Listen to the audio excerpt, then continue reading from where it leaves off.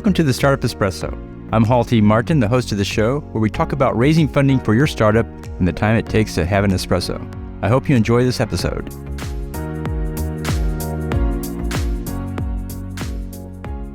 Hello, this is Hall T. Martin with the Startup Funding Espresso, your daily shot of startup funding and investing. There are strategic acquisitions and financial acquisitions. Strategic acquisitions are made for factors other than financial considerations. Here's a list of strategic reasons buyers acquire companies. The acquired company provides sales growth for the buyer. Startups are often in emerging technology markets with the promise of future sales growth. The buyer wants to roll up several companies to pursue a new market.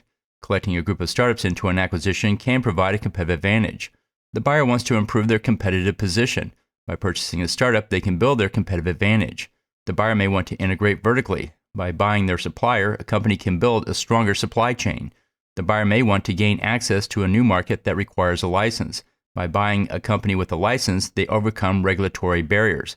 And the buyer may want to buy a company for the product it has already built. This speeds the buyer's time to market. The buyer may want to buy a startup for the team they have. This helps the buyer obtain talent.